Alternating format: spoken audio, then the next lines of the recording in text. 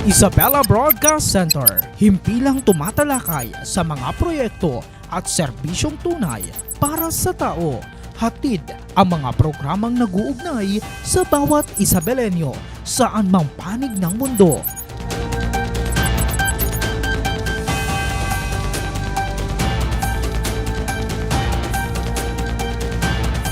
Delivering in-depth, trustworthy, and objective news. Dito ka, konektado. Isang magandang araw mga ka-Isabelenyo. Welcome sa isa na namang pinakabagong edisyon ng ating programang naglalapit ho ng serbisyo at impormasyon. Ito ang Isabela Connect dito at syempre kasama nyo pa rin ang inyong lingkod, ang resident broadcaster ng Provincial Government of Isabela, Ezekiel Kilang. Ngayong araw abay bibigyang linaw ho natin ang mahalagang Executive Order number 22 na inilabas ho ng ating gobernador na si Governor Rodolfo T. Albano III nitong ika-23 ho ng buwan ng Hunyo ngayong kasalukuyang taong 2026. Ito ho tungkol sa rehabilitasyon ng Ilagan Divilacan Road. At para higit ho na mas maunawaan ang layunin ng kautusan o hakbang ho na ito, abay atin ho munang panoorin ang bahagi ng panayam ng himpilan ho ng Bombo Radio DZNC Kawayan sa ating butihing gobernador na si Governor Rodito Albano.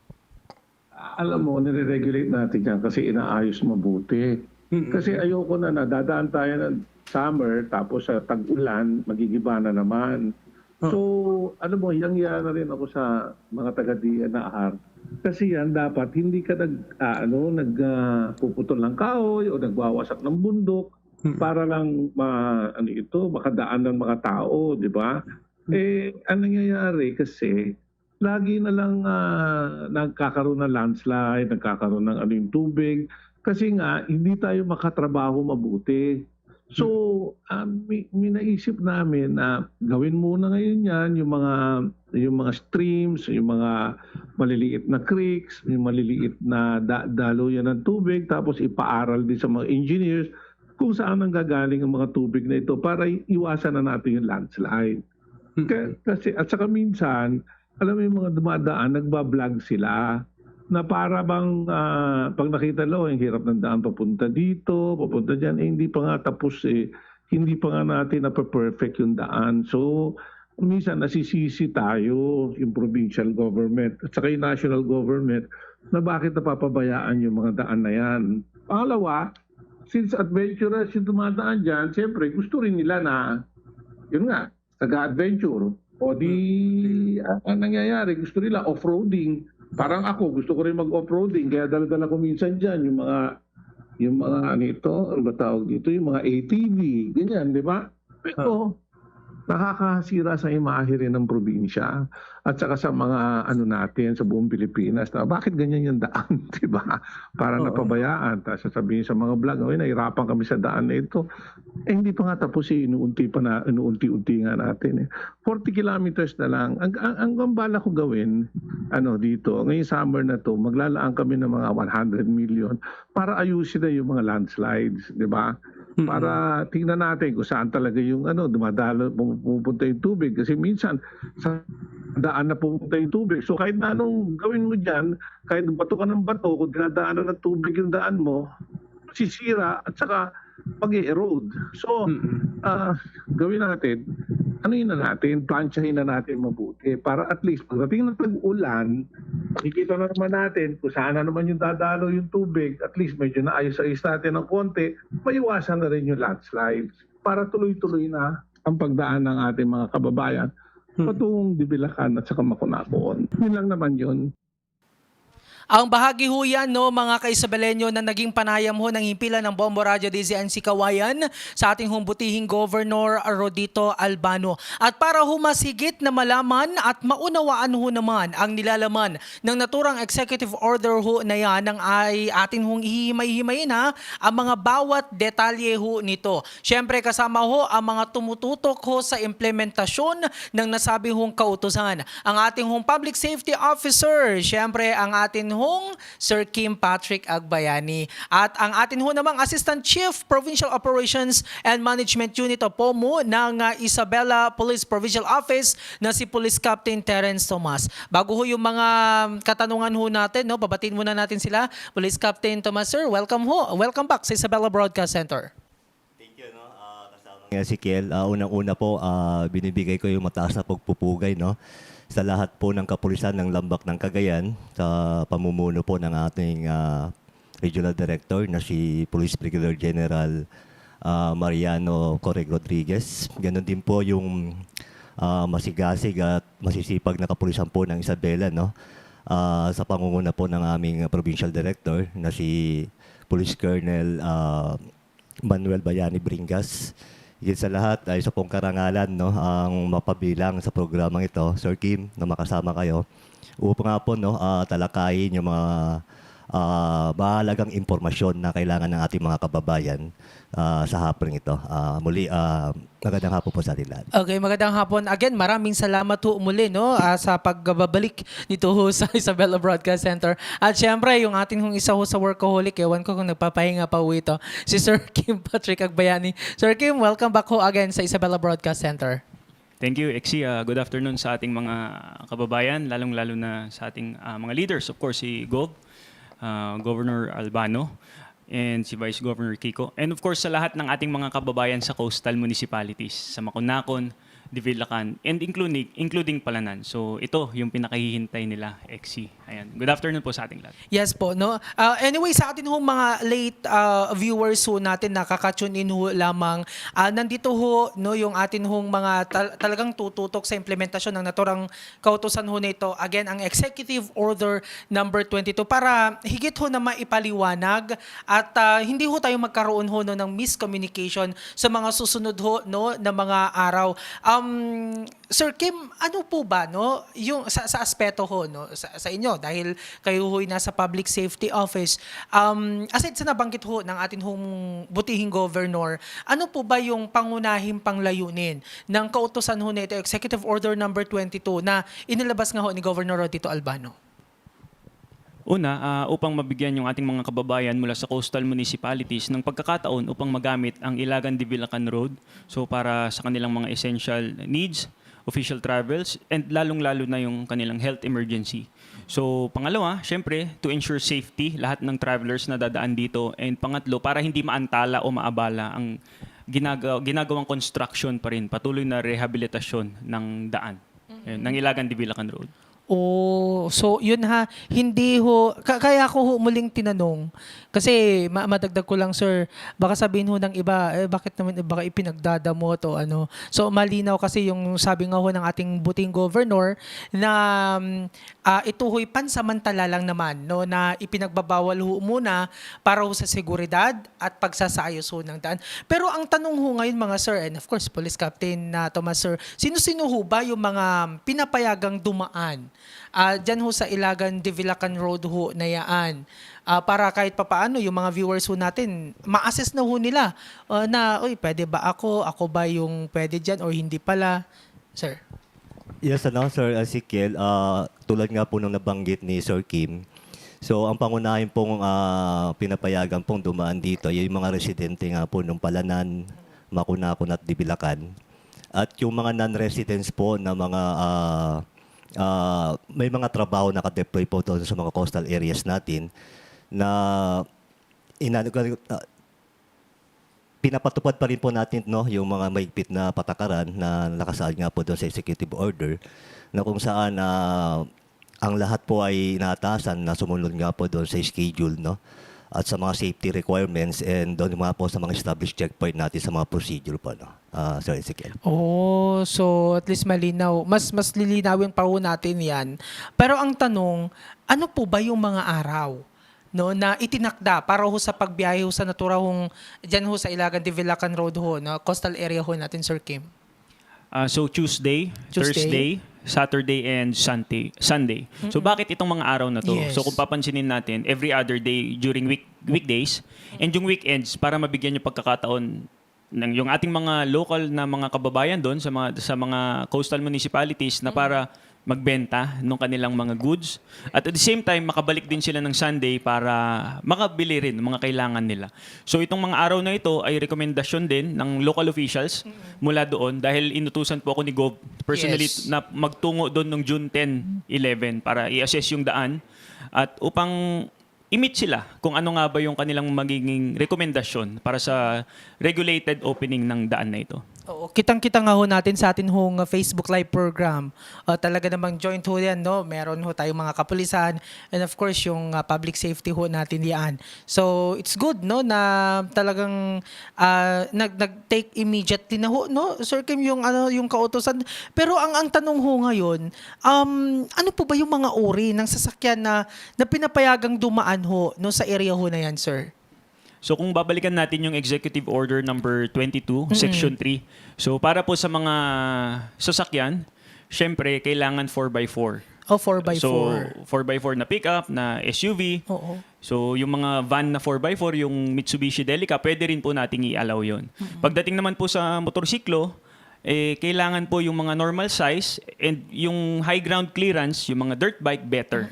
Pero yung mga scooter, yung mga bababa, tricycle, kulong-kulong, definitely hindi pwede ang mga yan. At syempre, kinakailangan holder po sila ng driver's license, registered yung kanilang mga sasakyan at motorsiklo. At the same time, yung mga safety features na kailangan, helmet sa motor, including the passenger. Sa mga sasakyan naman po, kailangan naka-seatbelt ang lahat ng pasahero. Para sa pick-up, isingit ko na, Ezekiel, maximum load capacity nun na passenger load capacity is 5 packs. Sa mga 7-seater SUV, pwede yung 7. Yung trunk, yung bed ng pickup, definitely pang goods lang yun, except for emergency or health consideration like yung mga contagious diseases. Oo. Yan. So i-specify naman po yun ng ating mga certifying municipal health officer. Yung mga nabanggit ho ninyo, Sir Kim, na bilang ho na pwedeng iisakay sa mga nabanggit ho ng mga sasakyan, hindi naman ho siya, hindi ho kayo tumitingin din sa bigat nung kahit sabihin na natin, 7-seater yan, pero baka tulad ko na overweight din pala. Paano po yung mga yon? Actually, yung parameter na yun ay na-set yun ng kasa. So, OEM setup yun. So, yun talaga yung prescribed Yes. na weight capacity ng sasakyan. So, overloading sa likod, check naman namin yan kasi lahat ng sasakyan idinadala sa amin, XC. So, ini-inspect namin yan personally bago namin sila isyuhan ng travel pass para sa mga papasok ng coastal municipalities. Oo, nakita nga ho natin may mga checkpoints na ho. Kay Police Captain na Thomas, sir, ano po yung mga kailangang ipakita ba sa checkpoint para makapasa ho, no, yung mga sasakyan at pwedeng tumawid ho papuntang Ilagan de Villacan Road? Yun naka-sahod nga po doon sa executive order na kinakailangan pong ng isang valid travel pass na ini-issue po ng Public Safety Office. Then at the same time, nabanggit na rin po ni Sir Kim yung valid driver's license, then yung updated po na rehistro ng sasakyan. So lahat po yun kinakailangan ipakita doon sa mga established checkpoint natin. At iba pong mga dokumento na nagpapatunay na residente nga sila ng mga nasabing coastal areas natin. No? At iba pong mga dokumento na nagpapatunay na yung official yung travel nila doon. So bukod doon, matatandaan natin bago pa nga po nilabas yung executive order, mayroon na po tayong mga ginawang akbangin dyan, no? Nung early as May pa yata yun, Sir Kim, no? Na humihingi tayo ng mga travel order o certificate clearance coming from the local chief executive na kung saan nga po yung pinapakita doon sa checkpoint. Oo. Actually, yung checkpoint established po natin, dalawa po yan. Dito po nga po doon sa may sitio, Sinipon. Dito sa may Sinton Bayabo nga po, no, Silagan. At yung isa nga po doon sa Dibilacan, doon sa barangay Dikambangan, na kung saan 24/7 nga po nagbabantay ang ating mga kapulisan dyan to ensure nga po na mapapatupad ng maayos tong executive order, Sir Ezekiel. Oo. Sa naturang executive order ho na yun, Police Captain Thomas, sir, may exception ba sa schedule para ho sa masasabihin natin medical emergency, no, na cases ho natin na manggagaling ho particular sa coastal area base ho sa nilalaban ng executive order? Yes, Sir Ezekiel, para sa kaalaman ng lahat, mayroon po mga itinakdang immediate right of way or exemption para sa mga emergency cases, katulad nga po yung nasabanggit kanina. Then, kapag mayroon pong mga government official travel, then yung isa na po doon kapag mayroon po mga business o activities yung ating national government agencies na subject pa rin po to approval, no? Kailangan lang po rin na talaga mag-secure ng mga Opo. kailangan requirements para yung sa travel nga po ng mga local mga government agencies natin kung may mga project po sa loob. So yun lang po yung mga kailangan. Sa exemption, most particular lang po sa emergency cases. Oo. Police Captain Tomas and Sir Kim, pag-usapan nga ho natin, itemize ho nga natin, ano ba yung maituturing ho nating emergency cases? Okay. Yung sa emergency cases, basically, kung ano yung isa-certify ng MHO nila. So, hindi kasi natin kayang i-assess yun sa checkpoint agad. Yes So, po. manggagaling yun sa MHO or sa RHU. Kaya kung babalikan natin yung Section 5, Oo. Special Consideration and Medical Emergencies. So, authorized representative ang andun. So, for Oo. travel orders, issued by the local chief executive, the governor, or the head of national government agency concerned na nagde-deliver Yes. ng services, or their authorized representative. Pagdating naman sa medical cases, kailangan certified by MHO. Yun lang yung kailangang i-present doon sa checkpoint sa Dikамbangan, Divilacan. Example, X-ray, papa-check up, rabies. Yan yung mga lagi naming na-check eh. So magpapa-rabies, second, third vaccine, ganyan. Hindi na kaya ng medical facility natin doon, kailangan nang i-transport. So most of the time, either the mayor or the MHO is the one certifying na Yes. emergency nga talaga yun. And going back dun sa checkpoint na sinabi ni Sir Terence kanina, let's be clear. Na pagpalabas, walang travel pass na ini-issue. Kasi local yung mga yan, lalabas Local. sila eh. 'Di ba? So Even ipapakita kahit hindi emergency. Yes, susundin Oo. pag hindi emergency, babalikan natin yung schedule and time. Okay. 'Di ba? Oo. So lalabas sila, ipakita lang nila na residente talaga sila doon kasi yung access nga nung Ilagan Divilacan Road ay exclusive for local residents. So ako taga Divilacan, pakita ko lang yung ID ko ng Divilacan, lisensya ko na Divilacan ako, yung helmet, yung registration ng sasakyan ng motorsiklo, makakalabas na 'yon. Provided okay. susundin nila yung schedule and yung oras. Oo. Pero sa lahat ng papasok, yun po, kailangan lahat dadaan po sa Public Safety Office. Oo. Kami po yung mag-i-issue ng travel pass as stated dun sa executive order. Yun. So, ang gagawin na lang ng checkpoint sa Disipon or sa Sindon Bayabo, i-check kung yung laman ba ng sasakyan ay sila yung laman ng travel pass issued by Public Safety Office. Oo. Ito madagdag ko na lang. Mamaya pag-usapan ho natin yung travel pass. Na-curious lang ako, Sir Kim, sa local residents. Pwede silang lumabas, wala ng travel pass, provided, kung hindi emergency yun, provided na susunod siya sa schedule. So, marami na kasing nakikisabay ngayon, sir, no? Paano kung magpanggap na local resident yung So, paano natin ma-verify na yung dadaan talaga is local residents? Actually, ngayon, second day pa lang of implementation. Opo. Kanina marami na akong nakaharap na ganyang challenges. Pero huwag kang mag-alala, very strict ang Public Safety Office. Yes, Kami sa pag-check. oo. Una, valid ID na merong address, Address, na taga-local sila. Pag tumira na sila sa ibang lugar, doon sila pinanganak, oo, may kamag-anak sila doon, pero hindi na sila doon nakatira, hindi na sila residente doon. Oo. 'Di ba? So ano nga ba yung mga residente? Taga doon talaga nakatira, lumabas lang dito for services, essential services, good and services, at babalik din doon. Kanina meron tayong client na Yes so yung nanay, taga doon, may ID siya na makunakon pa rin siya. Yung anak, syempre nung nagpalisensya, dito na siya sa may Kawayan. Okay, so si mother, nagpakita ng ID ng taga doon siya, local resident siya. Yung anak, Kawayan na yung anong tawag dito? Yung ID niya. Pero paano natin papatunayan na local silang pareho? Hiningan namin sila ng birth certificate, buti dala nila. So pinatunayan ng nanay na anak niya yun. So binigyan namin sila ng travel pass. Oo. So sa ganung paraan, napatunayan nila na local resident nga talaga sila. Pero may mga ilan rin pumunta na from Cagayan kanina. So, Opo. ayan, example na natin. bibisitahin lang yung kamag-anak nila doon. Hindi sila local resident. Oo. Yung kamag-anak nila, yung local resident na bibisitahin nila. So are they allowed to use the road? Not yet. Diba? Not So yet. hindi pa pwede. Oo. Kailan? Kaya nga po niregulate natin upang bumilis yung rehabilitation and construction para eventually ma-open na rin ito sa publiko. Kaya ko natanong ho, yung emergency, like ayun, medical, okay, given. Ayun nga, bibisitahin. Paano kapag last night, yung may namatay, ganun. O parang last night na. Paano kung a-attend daw ng kasal, siya ay isang abay. Paano kung, mga ganun ba? Yung outside medical cases. So, paano natin tinitreat ho yun, sir? Exi, balikan lang natin yung EO para hindi tayo malito. Yes. Ang linaw naman sa EO Section 1, local resident or outsider working Yes. in local resident or non-residents who are actively working or deployed within the coastal Opo, area. oo. Yun na yun. So, Yun kumbaga, na, oo. that's it. Yun lang po yung ating papahintulutan Okay. based dun sa EO. Oo. So at least yung mga naglalaro kasi sa isipan ng atin mga kababayan, at least nalinaw. Pero ang tanong ho ngayon, ano po ba yung proseso? Yun yung pasado pala ako, pwede ako dyan. Pero ano ba yung process ng pagkuha ng travel pass para sa mga residente o mga manggagawa ho natin?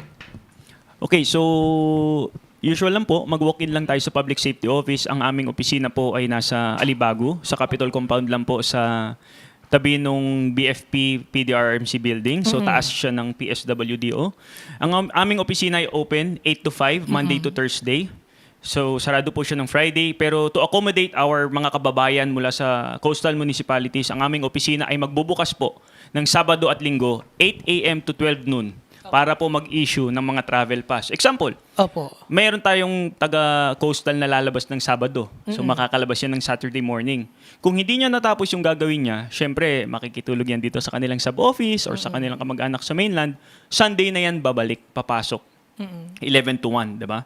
So yung travel pass niya, at least they can avail sa office namin ng Saturday ng umaga pagdating nila or Sunday ng umaga bago sila bumiyahe. Oo. Wala bang sir, parang online, ganun? Wala exit tulad na nagsabi ko kanina. Physically, Facebook, oo. personally, Oo, tinitingnan namin yung sasakyan. Oo.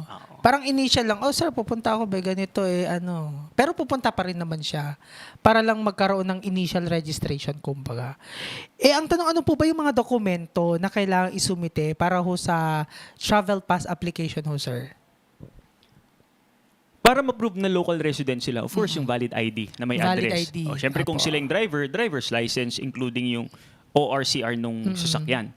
Tapos, kung hindi nila kasama yung pasahero nila, yung mga kasabay nila sa sasakyan, kailangan meron na silang dalang copy ng ID ng mga local residents na magiging kasabay nilang babiyahe. So, basically, lahat ng babiyahe na i-allow namin ay local residents lang Opo. or non-residents working there, si judge na nandun, na naka-assign doon, or yung mga national government agencies na naka-travel order. So, kailangan pa rin nilang mag-seek ng travel pass mula sa aming opisina. So, kapag wala namang ID, sir, pwede naman yung birth certificate na nababanggit kanina.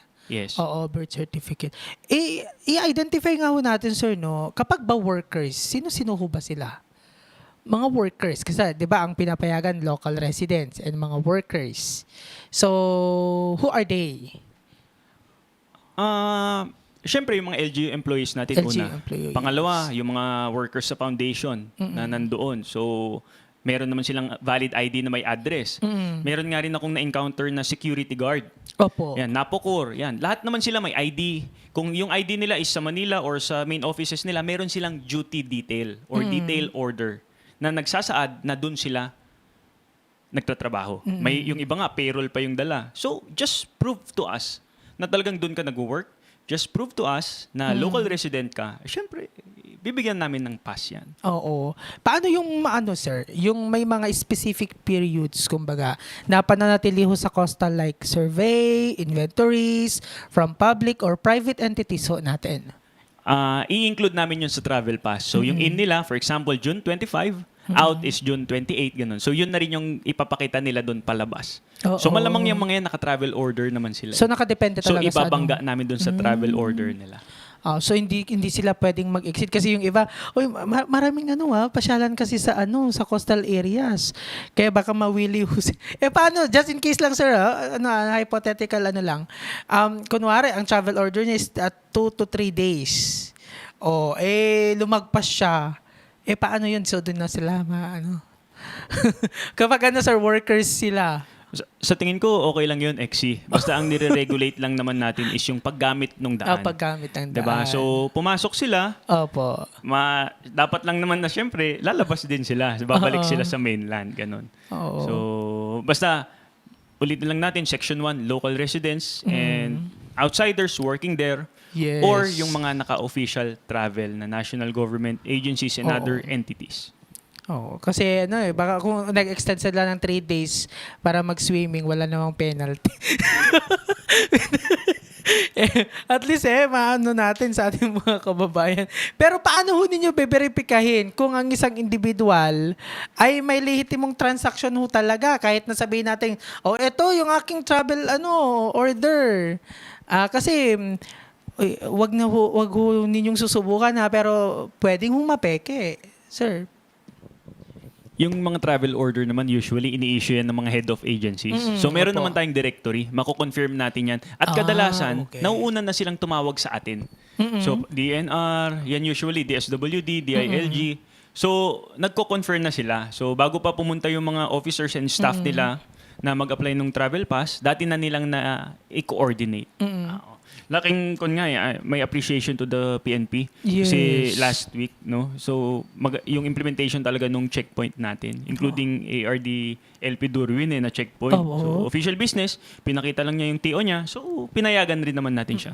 Shout out pala ARD LP. Good hello afternoon po. Hopefully nanonood. Pero matanong ko lang sir, yung sa duty ho pala, 24/7 din ho yan yung Yes sir, meron na po directive dyan na bantayan po nila ng 24/7 on rotation basis. Oo. Siyempre, iniiwasan nga po natin na baka may makalusot na unauthorized travel. So, yun, dadagdag ko na rin pala. So, may schedule, yung sa checkpoint natin ng Dibilacan, mag-o-open siya ng 6 ng umaga hanggang 8. Then yung checkpoint natin dito sa may Sindon, 10 to 11 naman. 11 to 1. Depende yun yung kung window time. That is para malinaw lang, para doon sa mga lokal. Lokal. So, exemption lang doon. Yung mga tulad ng nabanggit natin kanina. Emergency, ganun. case. Kapag may mga emergency. So, saan nyo po, yung mga kapulisan po natin dyan na magbabantay po doon sa checkpoint. Rotation naman sila, Opo. sir. Kasi grabe, no? Yung sir, yung travel pass, gaano ba katagal yung pag-process ho nito? Mabilis din ho ba? Mabilis lang po ba? 3 minutes, exit. 3 minutes. Sobra na yun, okay na yun. Oo. Mabilis lang yung travel pass. Ready na rin yung sa office namin. So, sa loob and sa labas, ni-ready ko na. So, may waiting area na rin yung ating mga kababayan doon na komportable naman sila. Oo. So, 3 minutes, sobra Yes, sir. na yun para makapag-issue tayo ng travel pass. Single use. It depends. It depends. Kung babalik lang doon, single use, syempre. Single use. Kasi pag lalabas naman yung local, hindi naman niya kailangan ng travel Oo. pass. So, magiging dual or kwan lang yun, in and out, going in, tas out, pabalik sa mainland, kung official travel from national government agencies na. Again, kapag local residents, hindi na kailangan ng travel pass. Pagpalabas. Pagpabalik. Pagpaloob, lahat kailangan ng travel pass pagpaloob. Travel pass. Tapos Oo. yung oras, diniscuss ni Sir Terence Opo. kanina, yung wisdom lang. Baka Oo. magtanong yung ating mga kababayan, ba't may window time? Oo. Sa kilometer 37 to 40 kasi, around 3 to 4 kilometers, meron pang napakahabang concreting doon. So, dinevise namin yung oras na yun para hindi magsalubong doon sa area na yun. So, yung aalis ng 6, nandun na siya ng around 9:30. Yung aalis ng 8, yung pinaka-last, nandun na siya ng mga 10:30 to 11.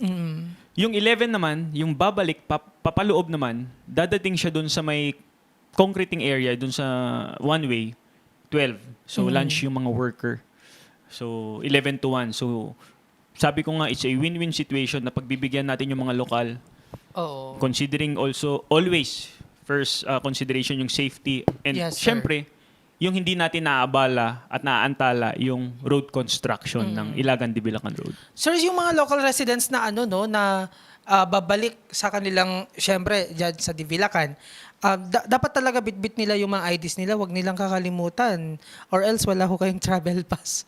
Ang tanong ho naman ho ngayon, kung sa Public Safety Office kukuha, di ho ba wala tayong pasok ng ng Saturday, Sunday. So, paano ho yun, sir? Yung Friday, kasi sarado rin naman yung ating mga checkpoint. Opo. Okay. Pero, yung tulad nga nung sinabi ko kanina, magbubukas yung Public Safety Office para makapag-issue tayo ng travel pass ng Sabado at Linggo, 8 a.m. to 12 noon. Yan. So, mag-overtime po tayo, magpapapasok po tayo ng mga kasama natin Yes. para i-cater yung ating mga kababayan na lalabas at babalik sa kanilang bayan. Oh, sa mga sa mga lalong-lalo na yung mga private entities na may mga talaga namang kinakailangan na gawin doon ho sa coastal area ho natin. Saan ba matatagpuan ang tanggapan ho ninyo, sir, sa Public Safety Office? Dito lang sa may Alibago, Capitol Compound lang rin sa highway. So, tabi nung BFP Isabela, DART 831, sa taas siya nung PSWDO. Yan. Wala ba tayong plano, sir, na dagdagan yung mga sites na pwedeng doon lang talaga sa office ninyo? Sa tingin ko, kaya namin i-cater yung ating mga kababayan, EXI. Oo. Para talagang ma-regulate. Kasi kung dadami yung mag-i-issue ng travel pass, mas mahirap nating makontrol or Yes po. ma-check, masiguro, yun nga, na ang mag-avail lang muna ng paggamit ng daan na ito ay yung mga nakasaad sa Section 1, Oo. mga local resident, at yung mga outsiders working there. And yung mga official travel na kailangan pumasok at lumabas doon sa daan na yun. Oo, tama ho yun, sir, no? Kasi mahirap na kapag marami, baka kung sino-sino yung may question ho dito but later. Speaking of, magkakaroon ba tayo ng random inspection, Police Captain Tomas, sir, sa loob ho ng ruta upang matiyak ang pagsunod ho sa batas trapiko gaya ho ng yung napasabanggit ho ni Sir Kim kanina, pagsuot ho ng yung seatbelt, no? At syempre yung helmets. Yes, bagamat hindi nga po nataas ang nasaad doon sa Oo. EO, yung termino ng random inspection.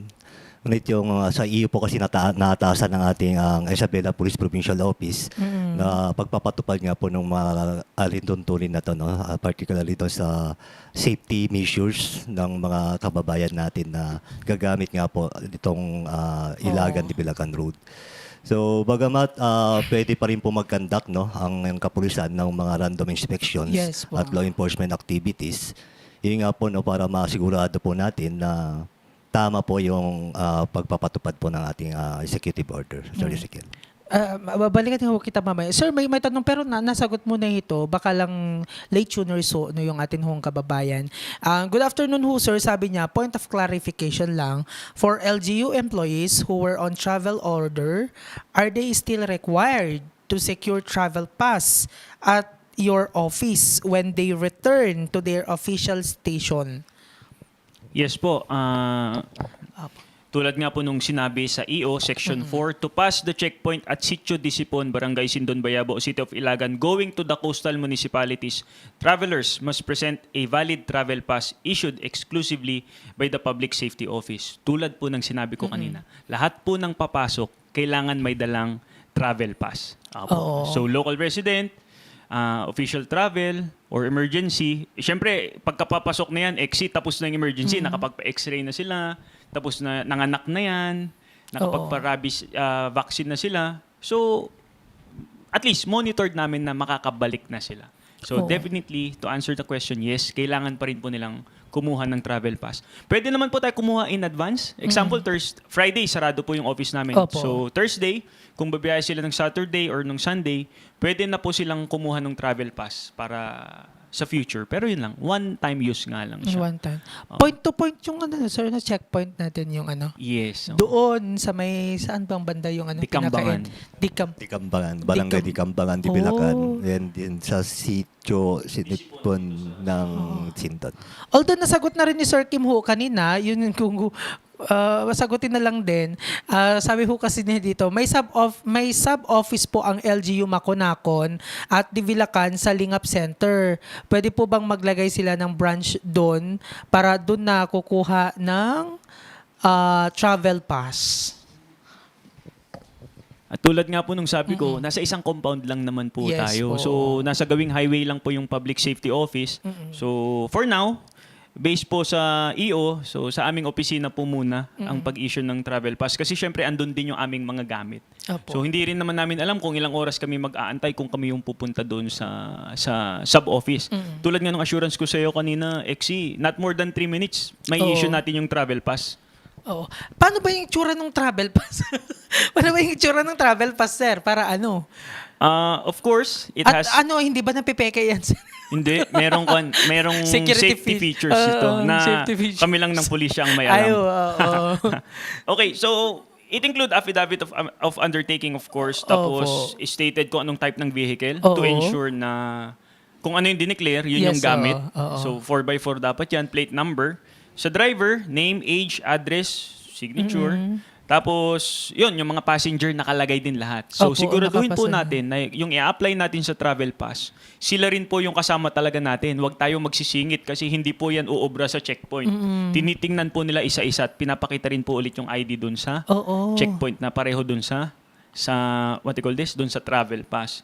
Tapos nakalagay din po yung approved travel date. So, sabi ko nga, pwede yung pang susunod na araw. Yes po. And of course, dun sa approval, kung kailan namin in-issue yung travel pass na yun. At syempre, meron siyang control number. Ayan. Dalawang kopya ba yun, sir, na ano, na ibibigay? Isa lang. Isa lang. So ano yun, Meron kaming iiwan file ba? copy. Iiwan na nila yun sa checkpoint Sa kung one checkpoint. time. Oo. Paano pagbalik po nila, sir?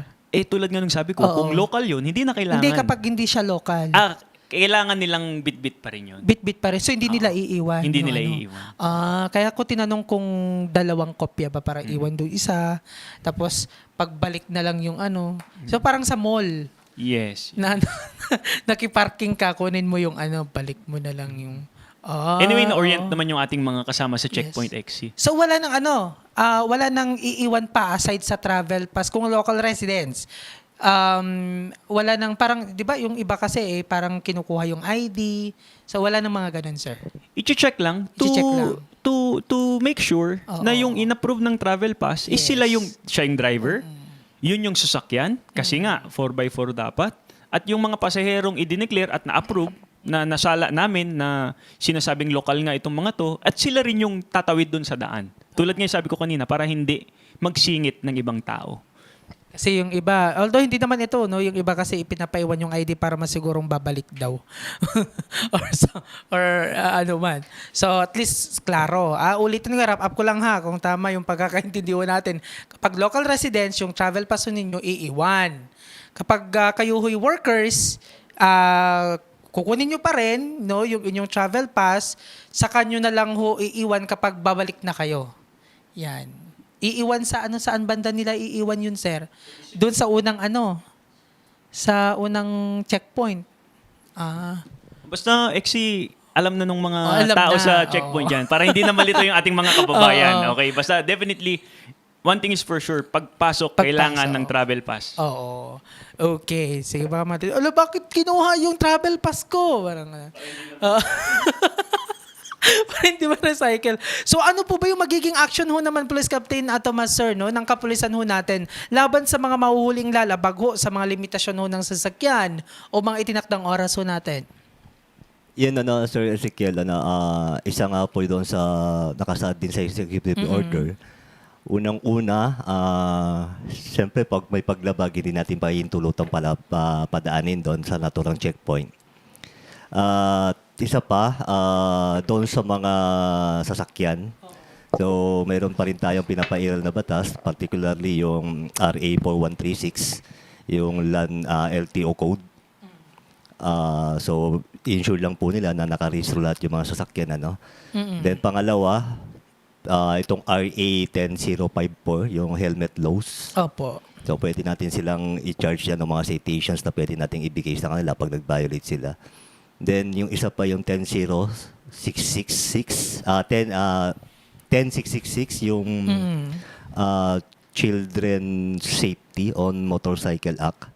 So, lahat po yan, ipapatupad natin para masigurado nga lang po natin na hindi lang po doon sa yung sa safety nga po ng ating mga kababayan na dumadaan sa area na yan. Opo. So mga iba pang papatas na mga umiiral na batas na pwede po nating i-sanction para sa mga violators po. May mga late, anyway, maraming salamat po sir, pero sana wala na hong wala na hong mahuhuli or something dahil ho sa marami ho tayong mga late tuners ho, Sir Kim. For the sake lang ho ng mga ng kanilang mga katanungan. Although nasagot na rin ho ninyo ito. From Medjolin Gabriel Gamiao, per head po ba or per driver ang kailangan ng travel pass? Ang ini-issuehan natin ng travel pass actually is yung group. So, yung vehicle or yung motorsiklo. So, pag motorsiklo, syempre, naka-indicate yung driver at si passenger. Pag sasakyan, so naka-indicate yung sasakyan, yun nga. Tapos, yung driver at kung sino yung mga sakay ng sasakyan na ito. Yes. So, basically, isa-isa siya kung mag-isa lang ng tao. Opo. Pero group, kung magkakasabay sila. Madagdag ko lang, no, dapat ba, although tanong din ito, dapat daw ba, kunwari si Juan de la Cruz, sa kanya din dapat yung sasakyan o ano? Hindi naman. Hindi naman necessary. Hindi tayo stricto doon. Kailangan lang yung magdadrive, lisensyado. Oo. Yung sasakyan, nakarehistro. Yung sasakyan, 4x4. Actually, natanong to kanina doon sa Bombo. Yes, Kung may share ko lang. Bakit 4x4 lang? Oo. During our ocular visit last June 10 to 11, nung papunta kami, trinay namin yung 4x4. So, naging madali yung daan para sa amin. Nung pauwi, trinay namin 4x2 all throughout. Kinaya, pero hirap yung sasakyan. So, experience pa yung driver ko. Mataas pa yung sasakyan ko. Naka all-terrain tires pa siya. Pero, yung risk kasi masyadong mataas. Mag-i-slide siya. At the same time, pag 4x2 kasi yung sasakyan lang natin na gagamit doon, sa mga medyo may hirap na daan, kukut-kutin niya kasi yung all-weather road. So, masisira eventually yung daan na naman. Opo. Made-delay na naman po yung project. Ganyan yung nangyari last year eh. May mga pasaway, hindi natin na-regulate. Yes. So, nangyari, nasira yung daan. Diba? So, basically, mas convenient pag 4x4 at mas safe. Yung mga 4x4 na sasakyan. Uphill and even downhill. Opo. Yung sir, how about sa kasi syempre iniisip din ni Governor kasi yung safetyness kumbaga ng atin mga kababayan. How about sa motorsiklo? Hindi naman wala namang prescribed na dapat pwede lang itong ganito ganun. Ayun, in consideration sa ating Opo. mga kababayan, sabi ko nga ang nilaman ng EO is yung normal na lang. motorsiklo. High ground clearance, prescribe. Siyempre, okay na okay yun pagka matataas yung mga dirt bike. Pero Opo. definitely, doon natin inilagay sa prohibited yung mga scooter, yung mga low ground clearance na mga motorsiklo. Bawal po yun. Hindi po papalusutin ng checkpoint yung mga yan. At kahit sa amin, papasok, definitely hindi namin bibigyan ng travel pass yan. So palabas, hindi rin makakalusot yan sa checkpoint sa Dikambangan. Oo. Sa nagtanong dito, kailangan ho ng license. Oo. Kasi sabi, paano kung registered lang yung motor pero walang lisensya? Kailangan ho, boss. No, meron. O kung sino na lang ho yung may license, o di siya na ang ipa-register. At siya na rin mag-drive. Ito naman, kung LGU vehicle, kailangan pa rin ba ng, although nasagot na rin, kung LGU vehicle, kailangan pa rin ba ng travel pass or travel order na lang po ang ipapakita? Tulad po nung sinabi natin kanina, pag palabas sila, yung travel order, okay na po yun. Hindi po nagre-require yung Dikambangan checkpoint ng travel pass. Opo. Pero going back, lahat po ng papasok, resident, official travels, even yung mga health services natin, kailangan po dumaan sa Public Safety Office at mag-i-issue po kami ng travel pass. Eto sir, baka magtalo ho sila, no? Kasi bukang may i-hire ho ata sila ng motorcycle rider. Sa hired motorcycle, sino po ba ang mag-seek ng travel naman? Ito yung question ngayon. Sino ang mag-seek ng travel pass? Between the rider or passenger? Si passenger ba o si rider? Pero nasagot na rin ganun. Siguro mas okay yung driver na lang. Oo. Tapos meron lang siyang copy ng ID ng passenger na Opo. i-declare niya sa amin. Maganda kung dalawa silang pupunta kasi yung signature meron din. Pero kung hindi talaga makakapunta yung pasahero, okay lang yung driver. Pero if in doubt kami, Oo. baka biglang hindi ma-justify yung na local resident yung passenger, O di, baka hindi ma-include yung passenger doon sa travel pass. Opo. Eto pa, no? Paano po kung hindi natuloy sa approved date of travel dahil ho sa weather or other mga hindi ho inaasahan ho na circumstances, valid pa rin po ba ito na gamitin? Hindi na po. Kuha na lang po tayo ulit ng travel pass. Tulad po nung sabi ko, nandun po sa ating travel pass yung approved travel date. Kung hindi nyo po na-avail yung travel na yon sa approved travel date, kailangan na lang po natin mag-avail ulit ng Opo. panibagong travel pass. Oo. May tanong dito, no? Pero hindi ko alam kung papayagan nyo ho ba yung ganitong rason, sir. Paano po kung naplatan yung motor? Hindi po na-meet yung oras na makarating ho doon sa checkpoint. Parang kung for example, di ba 6 a.m. to 10? 6 a.m. to 8 p.m. 6 a.m. to 8 a.m. yung AM palabas, pala, AM. 11 a.m. to 1 p.m. yung paloob. Oo. Paano daw kung naplatan tapos parang na lang, 5 minutes na lang. Pero na-closean na siya. Sa tingin ko, Exi, mag-stick tayo sa EO. Close is close siguro. Diba? So, pwede namang namang i-reschedule. Siguro, for humanitarian consideration, pwede silang dumulog sa aming opisina. So, nandun rin naman yung aming hotline number sa Travel Pass. Pwede nila kaming tawagan. So, pwede siguro tayong magbigay ng, yun nga, for humanitarian consideration. Pero for now, let's be clear. Let's stick with the EO first. Yes. Second day of implementation pa lang diba? At least, kahit papaano yung mga katanungan na ng mga kababayan ho natin na nasasagot. Ito naman, siguro, sa mga, si Police Captain Thomas, sir, paano naman ho yung mamasyal daw hanggang sa concrete road lang, hindi naman tatawid ng coastal town, bawal na po ba? Malinaw po yung executive order, Ang pinapayagan lang po natin is yung local. Oh. Hindi, yung hanggang doon lang daw sa Yun nga po, kung 50 purpose report meters. hanggang 50 doon lang meters talaga before the sila. checkpoint. So, hindi naman sila makakapasok o makakalabas mula doon sa checkpoint. Kung hanggang doon lang talaga yung Hanggang, kanila. So, malinaw po, ang pinagbabawal po dyan, kung mag-i-excursion lang po kayo at wala po kayong official travel sa loob, mahigpit po talaga, hindi po kayo makakalusot sa checkpoint. Yun lang pa. Ito, late tuners, ang dami nating mga late tuners. Actually, we have a lot of viewers. Sir, sabi ho ni Ronaldin Casilia, good afternoon ho, Sir Kim. Possible, although nasagutan naman ho kanina ito, no? Possible po kaya ang multiple entry na travel pass para ho sa mga workers na labas-pasok ko sa coastal municipalities? For late tuners ho natin, sir. Ayun, yung multiple entry na workers, sa tingin ko, hindi pwede yung marami. Yung in and out, pwede yun. So sa next na pasok nila, kailangan mag-seek ulit sila nung travel pass. So daan na lang sila sa public safety office para mabigyan namin ulit sila. Baka yung liaison officer, siguro ito. Ito naman, sir, paano po yung dating taga Makunakon, kung ano naman dito, na matagal na hong lumipat ng tirahan sa labas ho ng Makunakon, may transaction ho siya dito ho, no, sa mainland, pero ang ID niya ay hindi na siya residente ng Makunakon.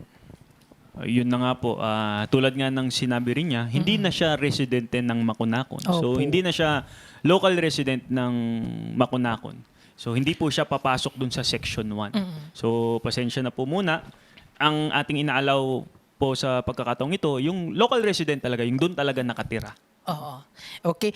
Sir, no, mga sir, i-recap lang ho natin from yung oras ng pagbubukas ng ng check, yung pwedeng pagpasok, pwedeng paglabas, sino-sino ho yung mga kinakailangan ho mag-seek ng travel pass, sino-sino ho yung pwedeng pumunta, para din ho sa mga late tuners ho natin. So, yun lang, yung recap lang. Yung Section 1 po, naka-indicate dito na only residents and non-residents who are actively working or deployed within the coastal area ang papayagan po natin gumamit ng Ilagan de Villacan Road. Section 2, ang window hour para sa mga local residents is Tuesday, Thursday, Saturday, and Sunday. So, yung mga pupunta ng mainland, paalala ko lang po, 6 a.m. to 8 a.m. lang po magbubukas yung checkpoint sa Dicambangan. At yung babalik naman po ng coastal municipalities, 11 a.m. to 1 p.m. lang po magbubukas yung checkpoint sa Disipon, Sindon, Bayabo. Section 3 naman po ng nasabing EO is yung types of vehicle na pwede. Tulad Yes, ng sinabi ko sa sasakyan, 4x4, yung may dual function, yung umiikot yung pati harapan. Yes. Okay, so sa motorsiklo, hindi pwede yung mababa. Normal to high ground clearance, okay lang po yun. Provided na the driver has a valid driver's license. Yung motor vehicle na gagamitin, kailangan registered po. And at the same time, compliant po tayo dun sa mga batas na nagpre-prescribe ng safety ng ating mga travelers. Helmet, seatbelt, and no overloading.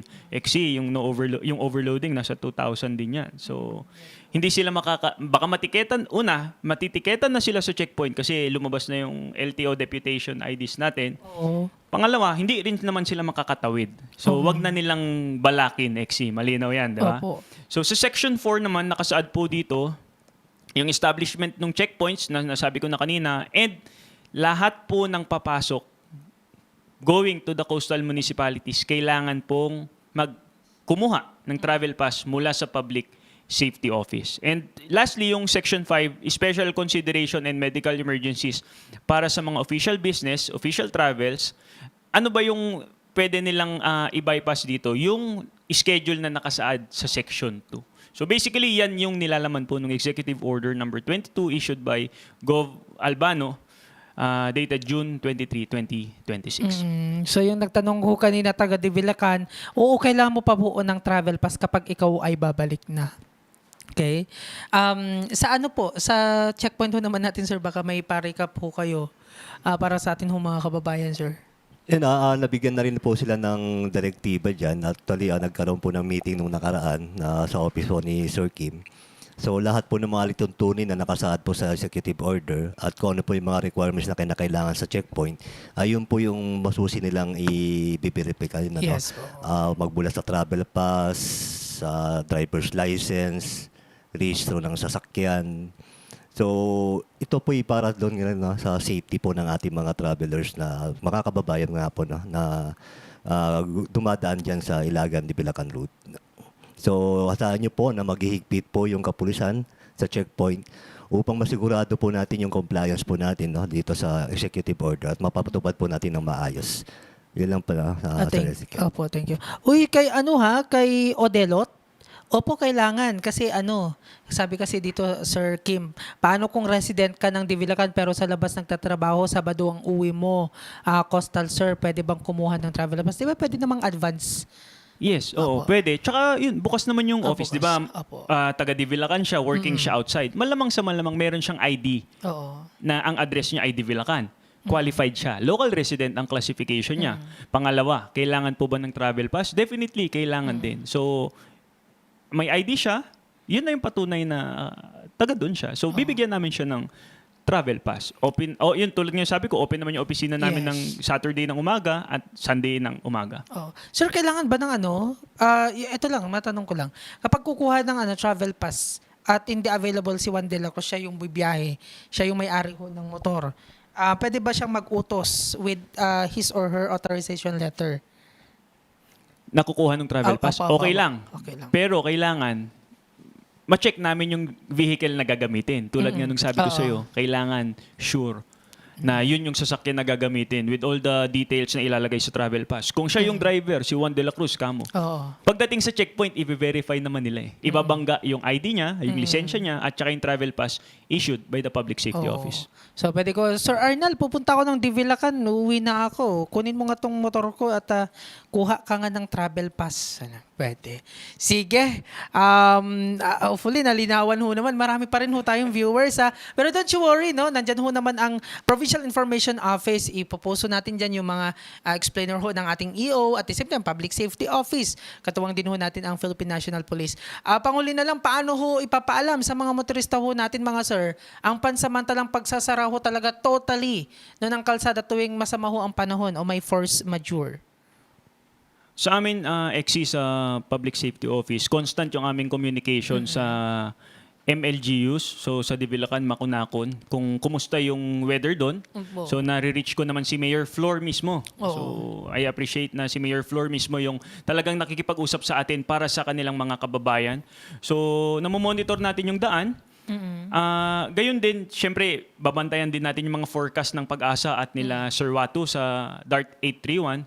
Pag may storm signal, definitely natatamaan niyang Northern Isabela, sarado yung daan. Paano malalaman ng kababayan natin? Syempre, sa official page ng Public Safety Office, ng Isabela PIO, ganun din ng PNP Isabela, at saka sa mga official page and GC ng mga local government unit na involved. So, ayun, nare-reach out naman nila kaagad yung kanilang mga constituencies. Sir, maano ko lang, no? Kasi eto kanina, kung walang ID, pwede yung birth certificate. May tanong ho dito. Paano po yun? Wala po kasi akong birth certificate, wala rin pong ID. Pwede ko po bang ipakita, mayroon daw ho siyang business permit. Business permit. Yun lang daw yung hawak niya na proof na taga doon daw siya sa ano. Bago siya magkaroon ng business permit, dapat meron siyang valid IDs. Oo, Diba? nawala daw, sir. Siguro mag-walk-in na lang sila sa Public Safety Office para ma-check muna natin lahat ng patunay na local resident siya. Kasi baka naman hindi siya local resident engaged in business doon.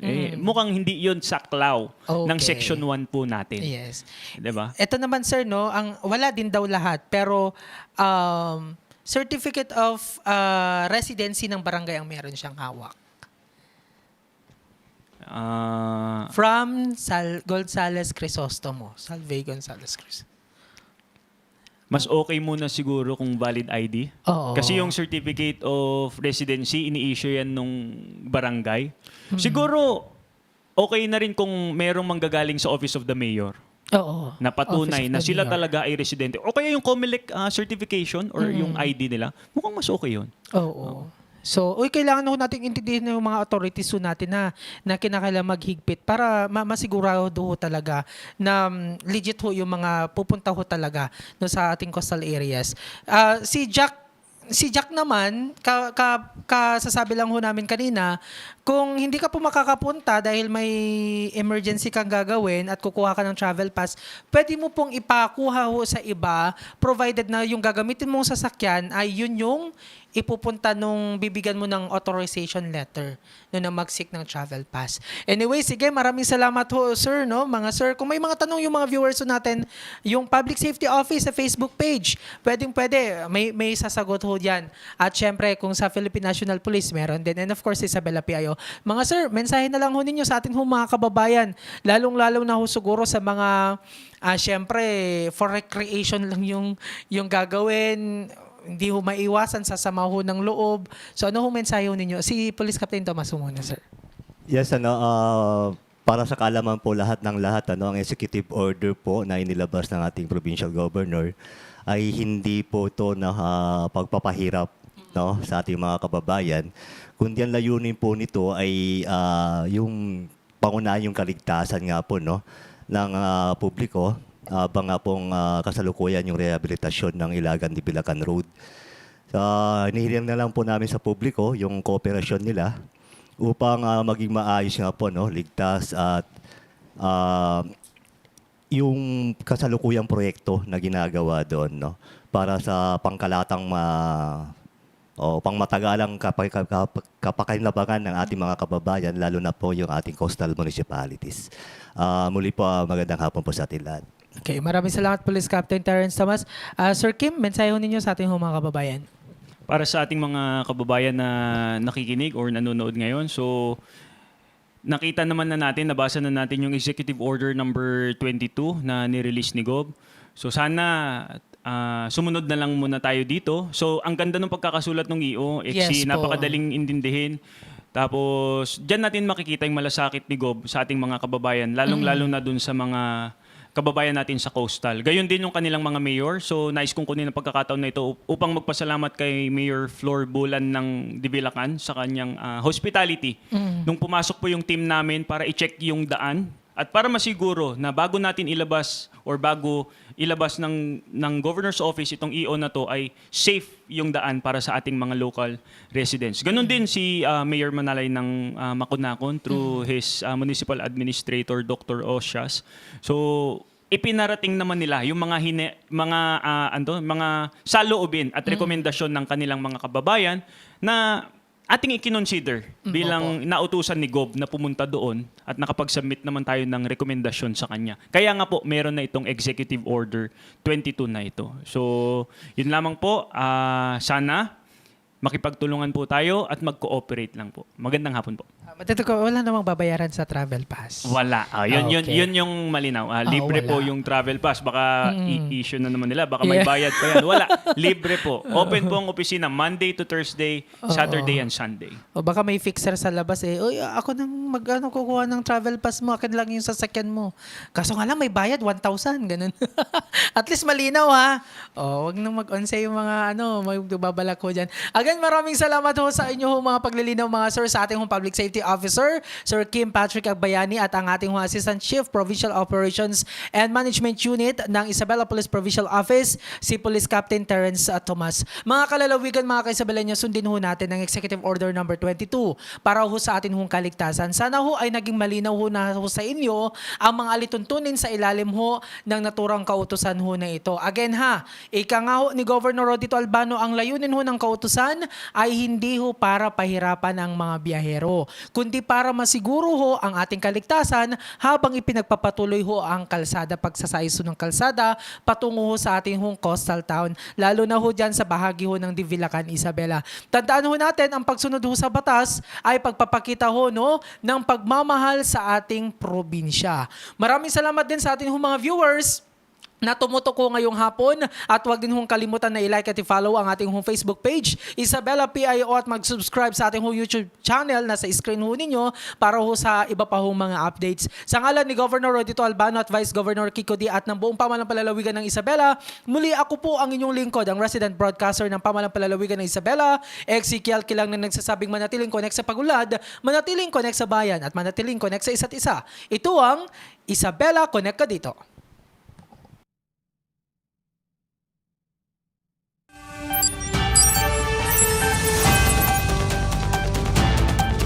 Isabela Broadcast Center, himpilang tumatalakay sa mga proyekto at serbisyong tunay para sa tao. Hatid ang mga programang nag-uugnay sa bawat Isabelenyo saan mang panig ng mundo.